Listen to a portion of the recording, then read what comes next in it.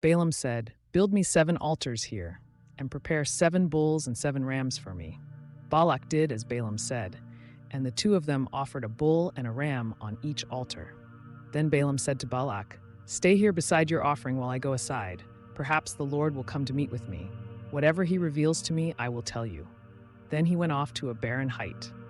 God met with him, and Balaam said, "I have prepared 7 altars, and on each altar I have offered a bull and a ram." The Lord put a word in Balaam's mouth and said, "Go back to Balak and give him this word."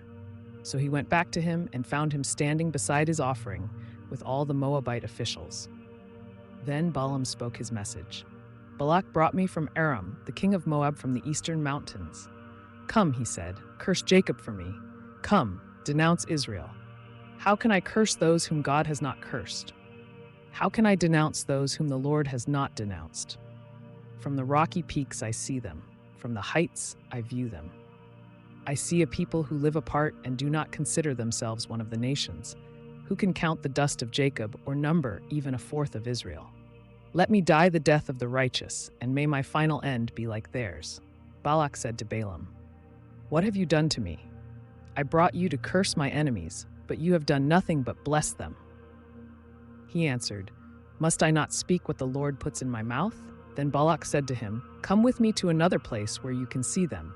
You will not see them all, but only the outskirts of their camp, and from there curse them for me."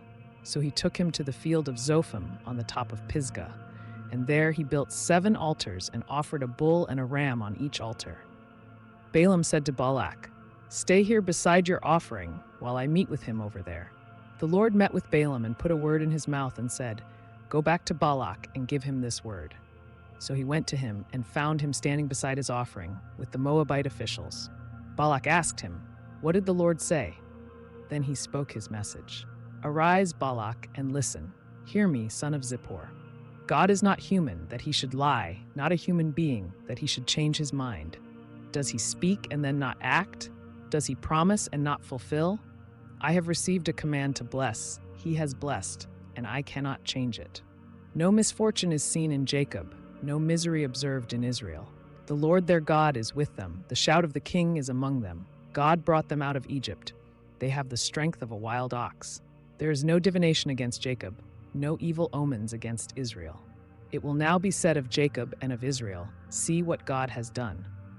The people rise like a lioness. They rouse themselves like a lion that does not rest till it devours its prey and drinks the blood of its victims."